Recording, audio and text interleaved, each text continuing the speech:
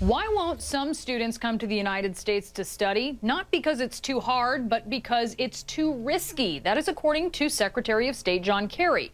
Today, he told CNN's correspondent Jill Doherty that gun violence in the U.S. is scaring off Japanese students from studying here. We had an interesting discussion about why fewer students are coming to, particularly from Japan, to study in the United States. And one of the responses I got from our officials, from conversations with parents here, is that they're actually scared. They think they're not safe in the United States, and so they don't come. There's been a decline in Japanese students visiting schools all over the globe because of a shrinking population in Japan.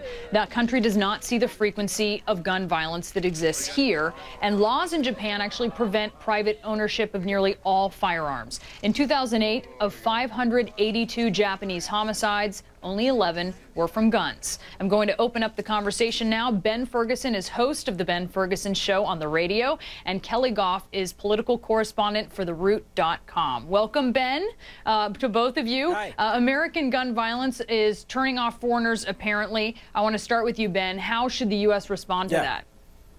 I don't think the U.S. responds to this at all, because I think this is a ridiculous political point that he was trying to make. When you look at the overall number of students coming in from that country, and there overall has been a decline consistently year over year, basically because of population issues. But I think for him to say that one person said this and now we should all of a sudden start changing laws because fewer foreign students are coming here. There's a lot of foreign students coming here. I played sports in college. Every one of my roommates was a foreigner, and almost every one of my teammates was a foreigner, and none of them had concerns about this scary America with all these guns in this country. And I think it's a political ploy. I think it's bad PR, by the way, for him to be doing this, representing America, acting as if there's some legitimacy to this. He should have said, we don't have a problem in this country compared to other nations with violence, but that's not what he said, because it's politics, still acting like he's a U.S. senator. Kelly, what do you think? Well, it is bad PR. It's bad PR for America, and that's thing number one. But thing number two is I think that Ben's made a couple of presumptions here. I didn't hear Senator Kerry say this is why we have to change gun control laws because a parent told me they're concerned about sending their kid here. He shared an anecdote. Oh, he's implying representing, he's a traveling. Okay, you heard that, Ben. I didn't hear him say that, but okay, if we're going to say that he was introducing new laws, I didn't hear Secretary of State say that. But the other thing, too, is you made a comment about how you were surrounded by a lot of foreigners in school. I'm not, I'm a woman, so I consider it very rude for someone to ask my age. I'm not going to ask you yours. But I think that there is a substantive point to be made that the level of gun violence seems to be escalating, even with the gun supporter rally that happened yesterday where someone, pulled out a gun and shot themselves. So I do think that there is a sense that in our country we have really lost control in a way that we haven't seen since, the Western days when people would settle their disputes by, doing a draw your weapon kind of thing out in the streets. And there is sort of that image, I think, of our country sort of becoming like that, where people think we're back in the pioneer days. And I don't think that that's a positive thing for America. Let's talk, guys, now about I want to move along to talk about former President George W. Bush, because first off, he's now a grandfather, so congratulations to him. Big milestone there. The Today Show had some photos of his granddaughter, and while Bush is likely to be grandbaby's favorite, he apparently recognizes that the rest of the country perhaps not so much. Listen to this response that he gave the Dallas Morning News about the fact that he paints. He said, people are surprised. Of course, some people are surprised that I can even read. Kelly, do you think that he earned some points from his critics for that one? Well, absolutely, for being very witty. But the other thing, too, is does anyone actually remember why Al Gore lost the first election? And it wasn't because of hanging chads in Florida.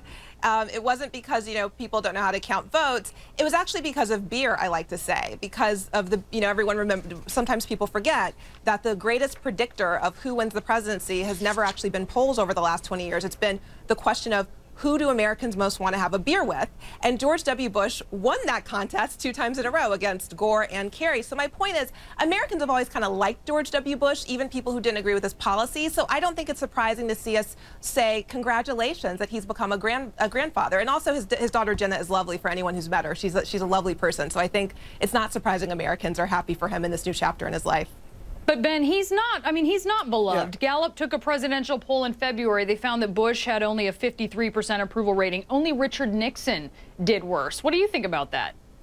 I'm not surprised because media has changed so much. And remember, Barack Obama ran against George Bush, not John McCain in the first election. And even in the midterms and even this last election, there were continuing to be people that were running against George Bush who hadn't been on a ballot in what, 7 years? I mean, it's been since 2004, for goodness sakes. And so I think there's a lot of this where I don't think he worries about it. I'll also say that because he's walked away from the spotlight. He is going to have his presidential library open. He's a family man.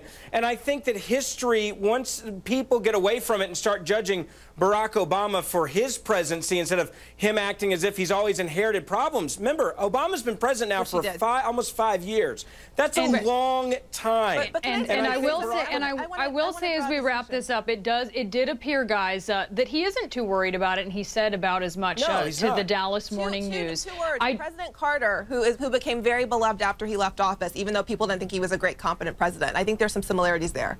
We will see, and time will tell, I guess. Kelly Goff and Ben Ferguson, thanks to both of you. Thank you. Thanks for having us. Now, just ahead.